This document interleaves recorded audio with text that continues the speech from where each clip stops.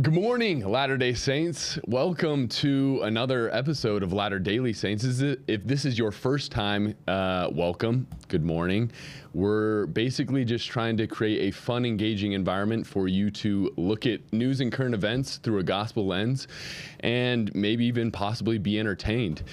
And the highlights and the headlines that we're going to be covering today are: did you see the Utah's new 2034 Olympic logo? I know I did, and it's burned into my brain forever. We're going to talk about that.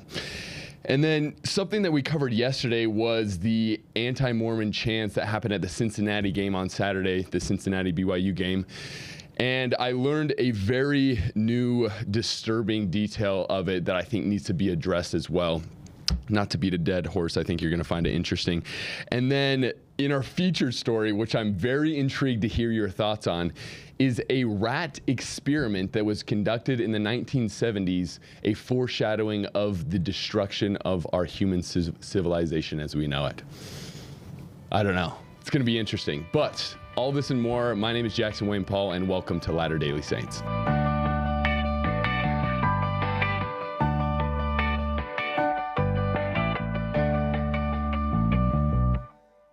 Okay, guys, I am so pumped for today's episode, not because Brandon's not doing the switching, but we have a guest in the studio today, and his name is Kai Schwemmer. Kai, welcome. Hey, what's going on? Glad to be here with you. I'm very excited to jump into it. Yes. And look, if right when he switched the camera to his face, you clicked off because you've seen some wild content of his online, look, he apologizes, okay? I'm his PR expert. If you guys clicked off because of the Provo stash, you know, totally understandable. I totally get it. No, but I knew this was going to be a good episode today when he asked what was the dress code for recording today, and I just said come clothed, and we both wore sweaters, and so it's awesome. No, but Kai, I first came across you. You've been on some like political commentary channels and stuff like that called The Rift, right? The first thing I saw of you online, you did an interview kind of right after you got back from your mission with one of these political commentators, and she's non-LDS. And when I heard your responses to like her, some of them tough questions, but others just simple questions, but the way you articulate yourself, bro, freaking 5 gold stars, dude. Well, I appreciate that, man. Yeah, it's I'm a contributor for The Rift, which is actually Elijah Schaefer's outfit. And, you know, I had a lot of people who are very intrigued about that because Elijah has had his history talking about the church and members of it. He kind of gave this classical, you know, more Protestant idea of like, I love my Mormon brothers and sisters, but they're going to hell. And so for me, it was really cool to be able to talk on that platform, maybe bridge the gap a little bit, be able to talk about the church, the restored gospel with Sarah Stock, who was the girl that interviewed me. Yeah, so we'll link that in the description. Kai's a great guy. This is my first time meeting him in person, and we're going to have fun today. But Kai, I don't know if you saw this. You probably did, but the 2034 Utah Olympic logo dropped, bro. Yeah. I think it definitely dropped, and unfortunately it didn't shatter into a million pieces, never to be seen again. But let's click on that first link and show the people this unveiling that happened at the Salt Lake City International Airport yesterday. For the Utah Games is Utah 2034. There it is. Congratulations, everyone. Alrighty, now I assume the reason he stepped away from the mic so quickly is because he knew he was going to get bombarded with questions, but about this logo. But at first, I don't know, Kai. I mean, putting the mob and their opinions to the side for a second, like looking at that, what were your honest reactions? Well, the first thing was I struggled to read it, honestly. Not because you're illiterate. Not because I'm illiterate. And you're on phonics, but I can read. Yes. Yeah, I saw it, and for me, you know, we just have this terrible trend where everything just becomes kind of uglier, and it also becomes less identifiable. back in the day, you had obviously elaborate spelling. You had in classic texts and like these original documents, they would, hand carve in letters into this. I'm only thinking in the Spanish words because I talk about this in a Spanish class I have about, medieval literature. But you had the leather backs and you'd carve in these letters. You'd have very ornate letters. And here, I don't know if we're just like cutting triangles out of it or what the idea is here. The 4 at the bottom. I don't know what's going on there. But the whole thing, the trend these days, is to really do all the architecture brutalist. It's to remove the soul from it. It's to just make it more geometric and not in cool ways, not in balanced ways. I think this was really just, and the juxtaposition, by the way, with just this word font at the bottom. Yeah. It's very soulless. It's interesting. So go to the juxtaposition between the old, the former one. I think it's the second.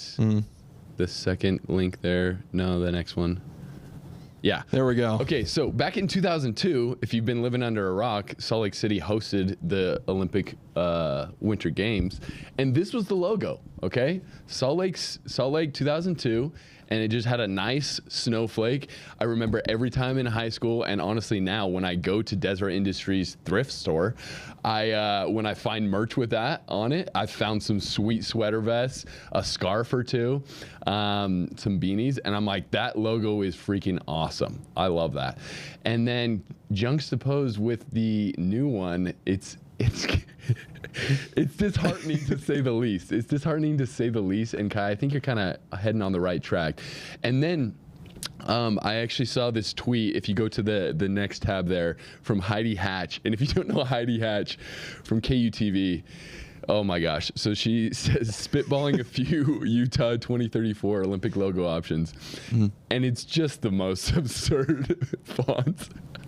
I'm more of a Comic Sans guy. I think we definitely should have pulled up with the Comic Sans or the Impact font. We could have done like one of the Impact memes where it's a Utah 2024 black border around the white letters, just as powerful as possible. But I think, Heidi came up with some good ideas here, stuff being thrown at the board, see what sticks. I like it. Yeah.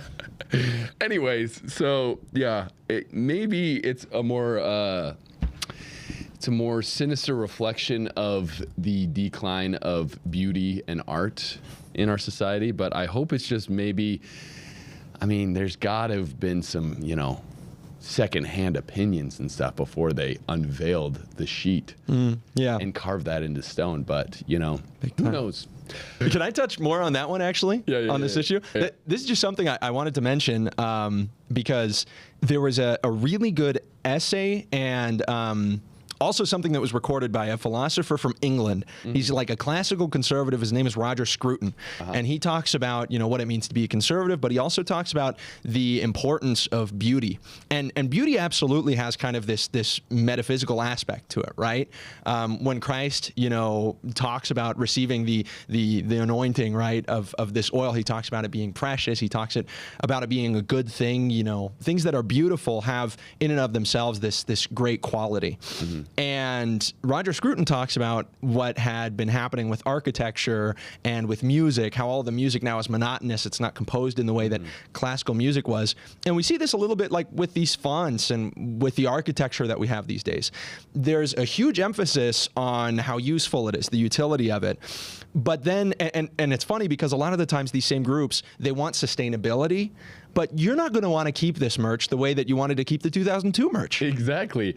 Like, it'll be more of a meme than an actual, like, oh, wow, this is sweet. 100%. And you look at when the architecture becomes so ugly the way it is in a lot of major cities now, when it loses its character, because you used to see, who the people were based on what they would put in the architecture. You look at anything in Europe, this stuff from 200, 400, 800 years ago, you can tell when it was made, who the people were, which groups were in control of that territory at the time. But nowadays, because it's so ugly, we even feel less of a responsibility for it. We identify less with it. And I think this is what causes people to, grow depressed in these major cities, is they're flanked by these just giant cement slabs. And I don't know if this Utah logo is any better. And when you see the stuff they've done around the airport, it's like, why can't we make things intricate? Why can't we design things in a cool way? Now it's just blocks. Yeah. We make everything, and I love Minecraft, but now it's just these ugly blocks. Exactly. Yeah, I'm glad you mentioned that, Kai, because actually there was this, I guess, brand inspiration posted by the Utah 2034. I don't know if this is an official account. They don't got the blue check mark. Okay, maybe they just lapsed on their payment of, X premium. But if you click on that first little picture there, it says, Olympic and Paralympic Winter Games are rarely awarded nearly a decade before the event. To help the host regions build early awareness and momentum, the IOC allows transition logos to be created long before the full brand identity for the games. These official marks are limited to typography without symbols or icons, reserving the full creative expression for the official games emblem released closer to the games. So there's still hope. There's still hope for something beautiful to come out. And then basically on this occasion, 3,000 days out, milestone, they released it. And then go to that next picture, Kai. And it says, all of Utah. It says, as the name brings the entire state together, the design aims to do the same. Each letter form draws from the collective landscape, history, and design that makes Utah unlike anywhere else. Okay, now looking at this, Kai, does it give you greater perspective on this? Or what do you think? What do you think? I don't think I would have thought of an arch at all, like seeing this logo. Yeah, I see some of it. It's like maybe like windy, twisty rivers. Yeah. But what it really reminds me of is actually, there's like that creature that they have in Arizona that has like the dreadlocks and is like playing a flute. You know what I'm talking about? Oh, yeah. It reminds me of that. It reminds me of probably more like what is typically now associated as more Native American art, but not even. Like I really didn't identify anything Utah in this design, and maybe I don't have the eyes of an artist. Maybe I'm not a graphic designer. Yeah. Hey, in the comments, if we're off the rails here and this is true beauty, this is what true beauty looks like, let us know. And Kai and I are just misinformed, please instruct us in the comments and point us in a direction where we can re-educate ourselves. All you fine arts majors. Exactly. Yeah, now's the time. So let us know what you think about this logo in the comments. Are we going too hard on it? Is the mob, the Twitter mob, being too critical? I don't know. But again, there's still hope because the official logo is yet to come out. So we'll keep our fingers crossed for that. But moving on to our next story, we covered this yesterday, and I thought, it was done. We talked about the chant, F the Mormons, just another school having to apologize for something that definitely does not reflect attitudes shared by the community at large. But I learned this other aspect to it that was pretty shocking and disturbing, and I feel like it needs to be highlighted. Because yesterday, the sentiment that Brandon and I kind of had, Kai, was like, dude, honestly, I don't care. It's just another people showing their true colors. Like, a lot of them are maybe ignorant or just like that guy that you mentioned before. I love my Mormon friends, but they're going to hell. And I was like, yeah, I don't really care. But then I read this tweet and I'm like, yeah, I actually care kind of a lot. I kind of care a lot. So if you pull up that tweet, Kai, from Heidi Hatch, again, Heidi Hatch coming with she's killing the it. heat. It says, a couple who survived being shot at the Grand Blanc Church of Jesus Christ Meeting House in September tried to enjoy a BYU football game this weekend just a few hours from home when their sense of security slipped away again as parts of the crowd chanted F the Mormons. And then it says, on Facebook, Brandy Hicken wrote that she and her husband, Jared, got to sneak away this weekend for a much-needed date night at the BYU Cincinnati game. She said they hoped for a night where the attack is not at the forefront of our minds for once. Instead, the trip became an emotional reminder of the hate that took the lives of 4 members of their congregation 2 months ago. Last month, the FBI said the attack on the Church of Jesus Christ of Latter-day Saints meeting house in Grand Blanc was motivated by anti-religious beliefs toward the faith. The gunman, Thomas Jacob Sanford, 40, rammed his truck into the church building on Sunday services, opened fire, and set parts of the church on fire. He was killed by responding law enforcement. Jared and Brandy Hicken were among the survivors. Jared, a native of Roosevelt, Utah, and a 4-year chief emergency medicine resident and BYU grad, helped other victims after being shot in the leg. So he was shot in the leg, and he helped other victims. Their 5-year-old daughter, Piper, was also hit, and Brandy suffered shrapnel wounds as she carried their 2 youngest children to safety. Jared took a bullet to the leg. My 5-year-old daughter took one right in the middle of her back. Oh my gosh, dude. She wrote shortly after the shooting, doctors later determined Piper's wound was more superficial than they first feared. Likely caused when a bullet ricocheted before hitting her. Brandy said she didn't realize she had been hurt until the adrenaline wore off and she saw blood on her dress. Now physically recovered, the couple drove to the BYU Cincinnati game hoping for a break from the anxiety that has followed them for 2 months. Brandy said the chants from portions of the Cincinnati crowd left her shaken. On Monday, Cincinnati athletic director John Cunningham issued an apology, blah, blah, blah, whatever. Apology, whatever. And, yeah, scroll down. I think it has a picture of them. If you go down there, Kai. This is their family.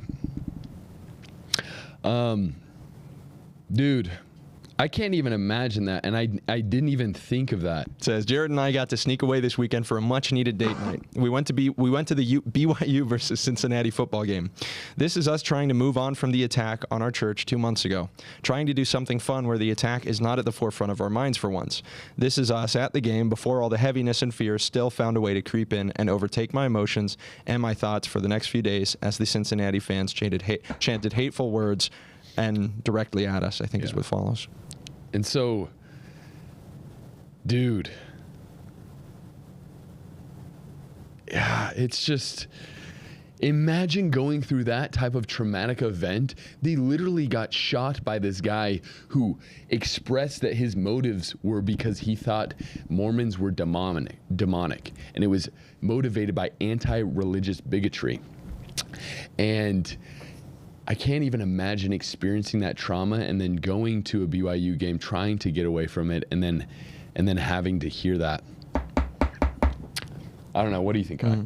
I think, the thing that I think too is, first of all, obviously that, this is not the first case of this happening. Yeah. This happens all the time. It is absolutely tolerated by the majority of people because they see the members of the Church of Jesus Christ of Latter-day Saints as an out-group. It's absolutely religious bigotry. It's an attack on, good-hearted people. The church made a huge donation to the food pantry of Cincinnati. Yeah. Like, there is obviously this love that we show, and it's not reciprocated. And I tend to agree with you generally, this idea that, we really shouldn't care. We've had Broadway do their thing. We've had South Park do their thing. This is not new to us. But it's frustrating me, and this is what I said in my coverage after the shooting.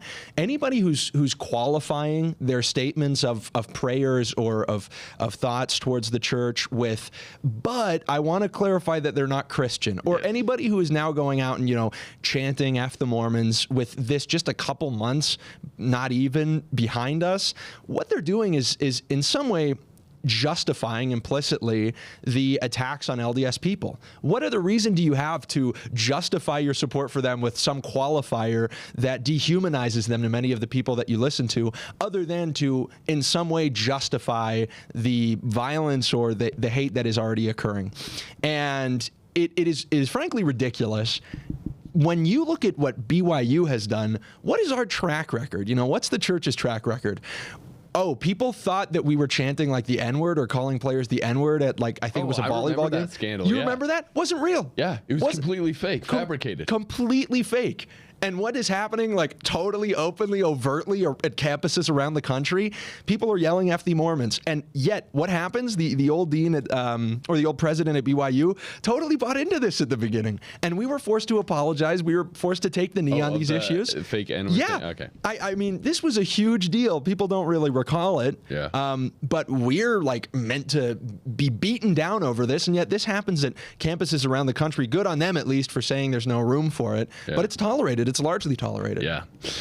And even if it's not explicitly tolerated in the cultural zeitgeist, it's implicit. Yeah, exactly. And so our heart seriously goes out to Brandy and Jared Hicken. That's awful. But yeah, I guess one more opportunity to follow Christ's admonition in Matthew 5 to bless those that curse us and do good to those that despitefully use and persecute you. So I guess if we have one more opportunity to do that, let's take it and show love. And I would say that implies, by the way, that there are people who do. You know, it's not like to be a Christian, you know, maybe you'll have some. It's like, no, you will. Yeah. That is a requirement. You know, if you don't have people despitefully using you, persecuting you, hating you, if you don't have any of that, you know, that would make me more suspicious. If we didn't have any of this, I don't know how confident I'd be that this truly is Christ's church. But I have people who talk to me and they're like, you know, I've seen a lot of people disparage the church. And they asked me, how do I feel about that? And I said, well, it's a lot of vindication. And you're right. It's a perfect opportunity to practice this Christ-like love and virtue. Yeah. But anyways, let us know what you think in the comments. And let's do our best to show love to these people. Moving on to our featured story. This is something that happened a long, long time ago and just came across my desk metaphorically, and I was absolutely dumbfounded at it, okay? Kai, have you ever heard of an experiment called Universe 25? I don't think I've ever heard of that. Is this like a new Marvel thing? It's going to be fun. So, get this. In 1972, there's a guy by the name of John B. Calhoun, okay? And he basically conducted a series of different experiments involving rodents and mice. I guess rodents are mice and mice are rodents, but it's basically, he created this rat utopia. He created this this enclosure. If you want to pull up the picture here to kind of give a visual to the viewers, if you just 3-finger swipe again. This Mac stuff. Again. Okay. Okay, this is this freak, John B. Calhoun, okay? He built this rat utopia where basically it was a place where it could house at least 5,000 rats, okay? He gave them all of the necessities of life, you know, food, water, enough space to spread out, to make nests and whatnot. Gave them perfect temperature, and there was no predators. They had everything, allegedly, for a happy, flourishing, successful life as a young rat. And so basically how he conducted the experiment, he built this sanctuary, and then he got like 4 genetically prime, great DNA, elite rats, okay? The toppest tier of rats. The best rats. Exactly. They were the best rats. Put them in the middle of this place, and it took them a little bit to get used to it, to explore their new environment, right? They were pretty pumped. They had all the food and water, and it was a comfortable place to live. And then soon after they got comfortable with their environment, they started to reproduce, and about every 55 days, the rat population doubled, okay? And at day 315, there was over 600 mice living in this place. And he began to analyze, because I guess rats are very social creatures and have different social habits that sometimes mirror a lot of the social habits that we have as humans. And the whole purpose of the experiment was to kind of see what the effects of dense population living was, okay? When all of the necessities for life were basically already met. What would happen when basically the biggest factor they had to worry about in their lives were their social interactions with one another? And it's very interesting what happened. So if you want to click play here, we're gonna watch a few minutes of this video kind of that outlines the experiment and some of the interesting things that happened. Past day 315, more than 600 mice now lived in Universe 25, rubbing shoulders on their way up and down the stairwells to eat, drink, and sleep. Population growth slowed. Young ones found themselves born into a world with far more mice than meaningful social roles. Males faced a lot of competitors to defend their territory against. Many found that so stressful they gave up. Normal discourse within the community broke down, and with it, the ability of mice to form social bonds. Lone females retreated to isolated nesting boxes on penthouse levels. Other males, a group Calhoun termed the beautiful ones, never sought sex and never fought. They just ate, slept, and groomed, wrapped in narcissistic introspection. Elsewhere, cannibalism, asexuality, and violence became endemic. Mouse society had collapsed. On day 560, the population peaked at 2,200 mice. A few mice survived past weaning until day 600, after which there were few pregnancies and no surviving young. As the population had stopped regenerating itself, its path to extinction was clear. The mice had lost the capacity to rebuild their numbers. Many that could still conceive, such as the beautiful ones and their secluded singleton female counterparts, had lost the social ability to do so. On day 920 was the last conception. The last mouse died on May 23, 1973, 4 years and 10 months after colonization. Calhoun later said that the creatures had died 2 deaths. The first was that of their spirit and their society. The second death was that of their physical body. It was not the first time the ethologist had built a world for rodents. Okay, pause there. What are your initial That's thoughts? crazy. Are you? There's a lot to unpack there, but what are your initial Is that thoughts? why I can't talk to girls? I gotta spend less time like grooming myself. I'm one of the beautiful ones. No, but like all jokes aside, we see so much of that happening today. I mean, you've got obviously the decline in fertility rate, the morbid self-obsession, the lack of socialization. These rats, you forget, don't have social media. Like, they're not engaging with the technological aspects of it, which to me is probably the most fascinating part. It's that this social breakdown is occurring absent a lot of the technology that you and I, would probably blame for a lot of these things. It goes to show that really, these kind of breakdowns will happen no matter what if you're living in excessive abundance without a higher moral law. I think that would be my big takeaway. Yeah, and if you go and look into all the conclusions of his research and the different analysis that he did on the things that happened between the beginning of Rat Utopia and the end of Rat Utopia, there's a lot more interesting things that aren't covered in the video. But when I first watched this, I was like, wow, is that, because I saw so many parallelisms, like you were talking, with human society, and I was like, hold on, they're provided all the things necessary for life, food and water, enough space to spread out and stuff like that, perfect temperature, no predators except for each other. But there's one variable that isn't displayed here, and that is a God, higher power, a worship of our creator. And we have so many parallels in the scriptures that show why these breakdowns happen, and one specifically that is kind of almost a little bit of a model of this Rat Utopia in a way. I'm curious to hear your thoughts in the comments, and your thoughts too, Kai. But if you want to open up to 4th Nephi, we have a period here to set the context. Jesus Christ, the resurrected Lord, comes back and, I guess comes for the first time to the Nephites in the New World. And after Jesus Christ calls apostles, he establishes his church in the land, and then he ascends up. There is a long period of peace in all the land. And dude, I just kind of want to go through some of these verses that talk about what the conditions were like in this period of peace, what was happening, what was the behavior of the people, and then what led ultimately to their demise. And we're going to start off in verse 2. It says, "And it came to pass in the 36th year, the people were all converted unto the Lord upon all the face of the land, both Nephites and Lamanites, and there was no contentions and disputations among them. And every man did deal justly one with another, and they had all things in common among them. Therefore there were not rich and poor, bond and free, but they were all made free and partakers of the heavenly gift."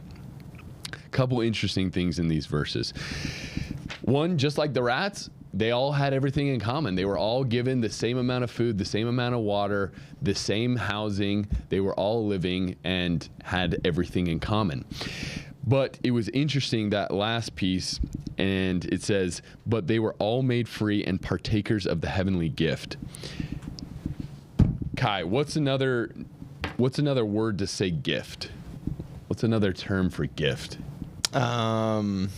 Inheritance? Inheritance? In like a gospel sense, what do you think? Because this is what came to my mind when I was reading this. Like, oh, an endowment. Endowment. I'm thinking regalo? Yeah, is he looking for Spanish?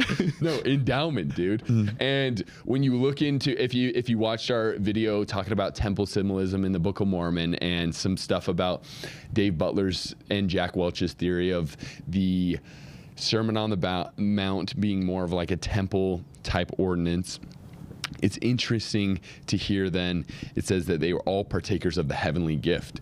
And if endowment is another way to say gift, it gives me pause and makes me think, maybe were they all just keeping their temple covenants? Were they all partakers, receivers of that heavenly gift? Interesting. So we see that just like the rats, they had all things in common. Phenomenal. And then in verse 11, it says, and they were married and given in marriage and were blessed according to the multitude of the promises which the Lord had made unto them.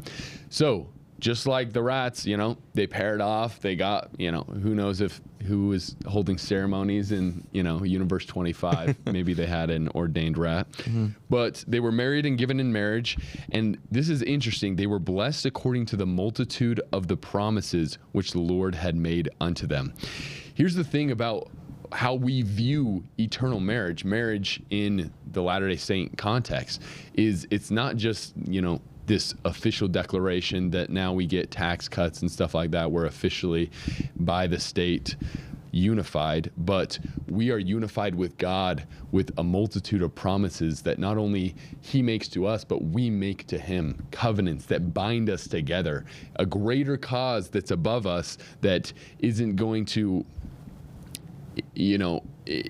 people that don't have a greater cause that unifies them ultimately will just get blinded by the things like the earthly problems that we have to deal about in the world, right? Because everything's on a terrestrial level on the earth. It's nothing looking up to a higher thing. But what's super interesting is we're actually going to skip a little forward here just to, show a little bit more parallelisms with the rats. It says in verse 23, it says, and now I, Mormon, would that ye should know that the people had multiplied, insomuch that they were spread upon all the face of the land, and that they had become exceeding rich because of their prosperity in Christ. So Kai, just like the rats, they're having babies, right? They're multiplying across the face of the land. And a key aspect of the unity of the peace that abounded for nearly 200 years before we have the first recorded dissensions among the people that we're going to get to in a second. It says, and it came to pass in verse 15, Kai, if you want to read that, starting verse 15, go to 15 to 17. Yeah, for sure. It says, and it came to pass that there was no contention. And it came to pass that there was no contention in the land because of the love of God which did dwell in the hearts of the people.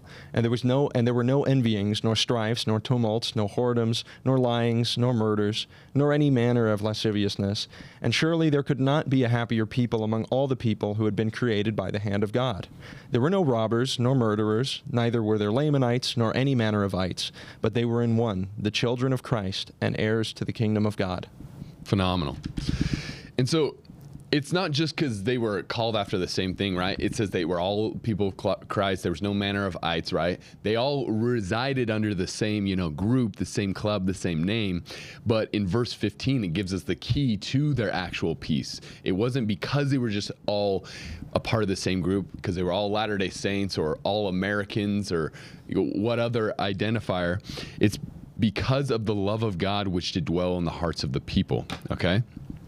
And so you see in the Church of Jesus Christ of Latter-day Saints, I'll just bring it on the church level right now, there's all manner of ites. You got the progmos, the progressive Mormons, the frogmos, the far right Mormons. You got, the LGBTQ. You got, whatever other group or subdivision within the organization of itself. And this happens in every organization. In the Marine Corps, you have the infantry, the grunts, and then the pogues, the people other than grunts. And it's like, oh, you're in the infantry, but I'm a rifleman, you're a machine gunner.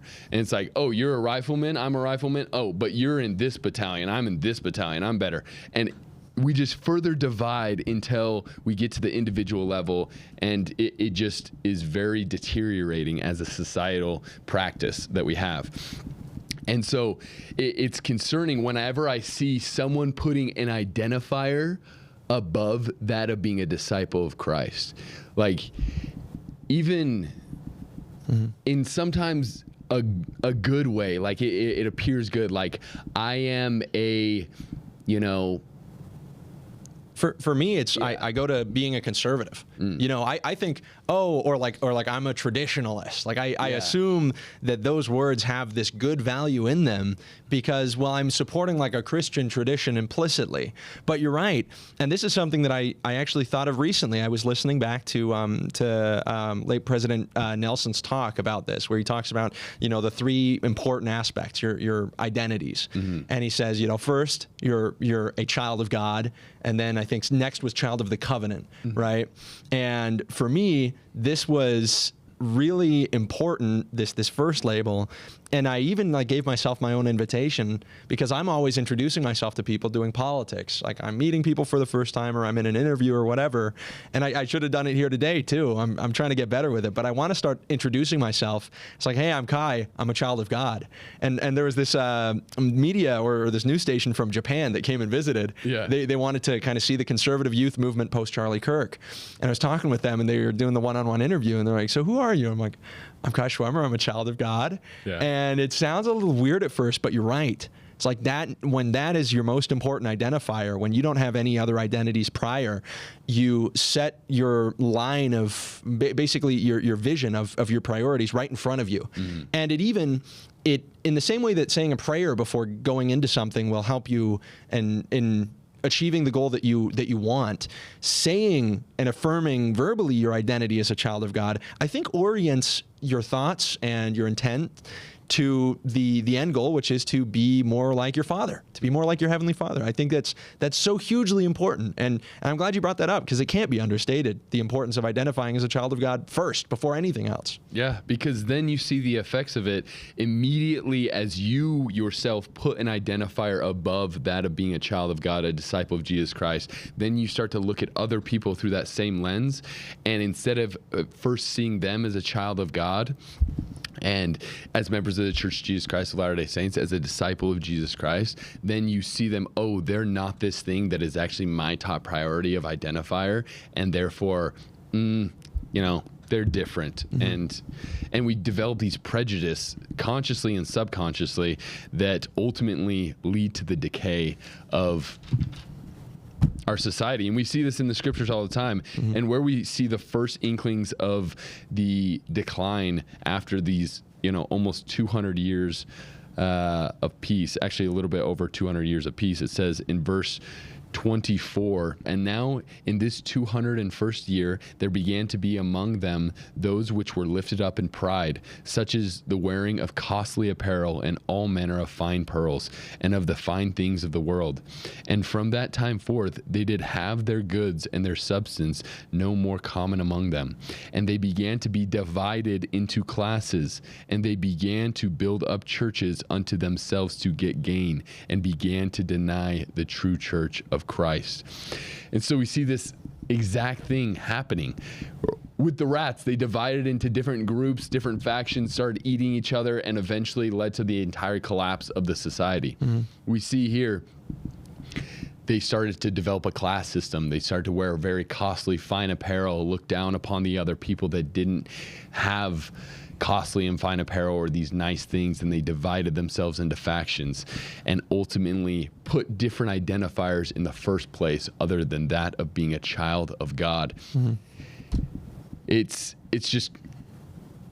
a copy and paste over any sort of cultural decline, and it gets a little bit more stark when it says in verse 27, continuing on, and it came to pass that when 210 years had passed away, there were many churches in the land. Yea, there were churches which professed to know the Christ, and yet they did deny the more parts of his gospel, insomuch that they did receive all manner of wickedness, and did administer that which was sacred unto him, to whom it had been forbidden because of unworthiness. And this church did multiply exceedingly because of iniquity, and because of the power of Satan, which did get a hold upon their hearts. Dude, that's actually so interesting, and I'm just realizing this right now. Like, they still had churches. They still professed to know Jesus Christ. But then it's so interesting. It says that they did administer that which was sacred unto him, to whom it had been forbidden because of an unworthiness. Yeah. Well, and what Interesting. what I think about there, obviously, is Third Nephi. It talks about, the importance of Christ. Christ himself talks about the importance of being worthy, like to take the sacrament and things like this, and in very explicit terms too. He's like, be very careful. This is going to, bring damnation over you, right? If you're not careful about the way that this is administered, and of course reaffirming it with, and whoever will turn back, I will, gladly accept. There's this ultimate forgiveness always, but it can't be understated the importance of taking seriously the sacrament, which is a representation of Christ's sacrifice. And I think what this made me think of is the other case. Maybe this is a different part of our rat analogy, which occurs right before Christ's coming. And for that, I turn to 3 Nephi 7. So we're talking like 4 chapters before Christ's appearance to the Nephites in the Americas. But this is a time, obviously, of much contention. Of course, Elder Bednar and others have talked about how you read Helaman, you read 3 Nephi in order to figure out what the signs of the second coming are going to be. We're at. Exactly. And so I read this, and it's interesting because we get another perspective, but very similar to that we were just reading. And I'll start in verse 14. It says, and it came to pass in the 30, and this 3 Nephi 7, and it came to pass in the 31st year that they were divided into tribes, every man according to his family, kindred and friends. Nevertheless, they had come to an agreement that they would not go to war with one another, or one with another. But they were not united as to their laws and their manner of government, for they were established according to the minds of those who were their chiefs and their leaders. But they did establish very strict laws that one tribe should not trespass against another, insomuch that in some degree they had peace in the land. Nevertheless, their hearts were turned from the Lord, their God, and they did stone the prophets and did cast them out from among them.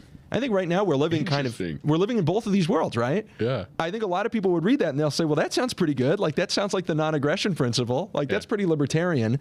But when you lose God, when you turn away from God in your heart, the society collapses no matter what the other governing principle is. And you're right. When these people fracture into these smaller groups and identities, they're much more prone to forgetting about the Lord their God. And so I think right now we're living in both. We're living in a time where there's enough knowledge of God that you have false churches.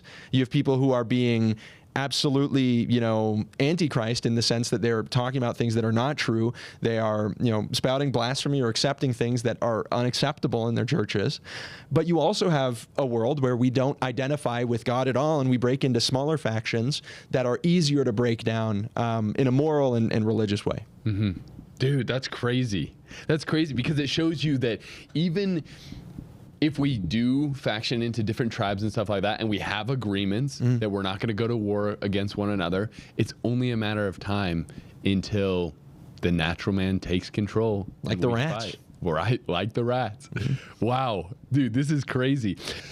But I'll just continue on here as we finish up in verse 29. It says, and again, there was another church which denied the Christ, and they did persecute the true church of Christ because of their humility and their belief in Christ. And they did despise them because of the many miracles which were wrought among them.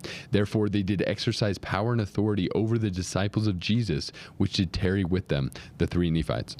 And they did cast them into prison. But the power of the word of God, which was in them, the prisons were rent in twain, and they went forth doing mighty miracles among them. Nevertheless, and notwithstanding all these miracles, they did harden their hearts and did seek to kill them, even as the Jews at Jerusalem sought to kill Jesus according to his word.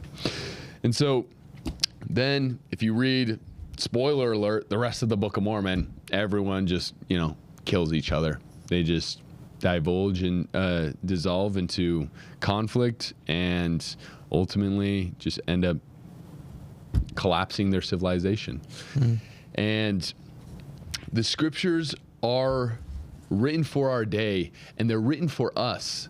They are written for the people of the restored gospel. And I just want to highlight one more time, just for you guys to do your own thinking and pondering, because I'm so struck by the significance of this verse to me in verse 27, when it says, "Yea, there were churches which professed to know the Christ, and yet they did deny the more parts of his gospel." So they held some things to be sacred, but they were picky and choosy about some other things. And then it says, "Insomuch that they did receive all manner of wickedness, and did administer that which was sacred unto him, to whom it had been forbidden because of unworthiness." Just think about that. Think about that. Anyways, wrapping up this feature story, Kai, do you have any final thoughts about this whole rat experiment and the parallelisms with it? Yeah, I think we have to realize, in many ways, we're no better than rats. In many ways, the things that are happening to us, it's like, look, the same thing happened to these rats. We are seeing civilizational decline, right? And I actually really like, when we talk about the family proclamation, these calamities foretold by prophets of old. Yeah. There's plenty of general authorities, apostles, and prophets who have said, we're living through some of them because we haven't lived up to what the family proclamation discusses. We've allowed things like no-fault divorce to take over as the precedent in the country. Relationships are now based more on, like the beautiful ones, this self-affirming relationship rather than self-sacrifice in favor of your husband or wife. And all of this, of course, goes hand in hand with the decline in religiosity, which is happening very much globally. And of course, the church has recently seen some of the best growth that we've had in a long time. But the world is trending in this direction the same way with the mice. And it goes to show that, life is a lot more than, our food and our raiment, our clothing, It is a lot more than being able to have abundance. All of these rats had everything that they needed. And in the same way, we nowadays have everything that we need. We've got social media, you've got food, you've got easily accessible things to kill and cure your boredom. But what we lack is any sense of higher purpose. And I think that there is no message more important than helping people realize that this could happen to any of us. These, and what you talked about, if I were to just give one takeaway for anybody, it's that idea of the identifiers. Like we saw in 3 Nephi 7, the fracturing, the identifying under different labels, what it will eventually do is it will cause you to project that identifier or that label more overtly than your Christian identity, than your identity as a member of the church or as a child of the covenant. And when somebody sees you and the first thing they think is, oh, that guy's a conservative, or, oh, that guy loves video games, or that guy likes so-and-so music, when people assume that about you or know that about you before they even know that you are a member of the Church of Jesus Christ of Latter-day Saints or even a child of God, they're getting the wrong message. And for you, it becomes so much easier to base your decisions in these trivial things, in useless information, and that will eventually strip you and your sense of self of any meaning. You start to realize that I'm nothing more than a composite of my favorite TV shows and music and the Netflix series I'm watching.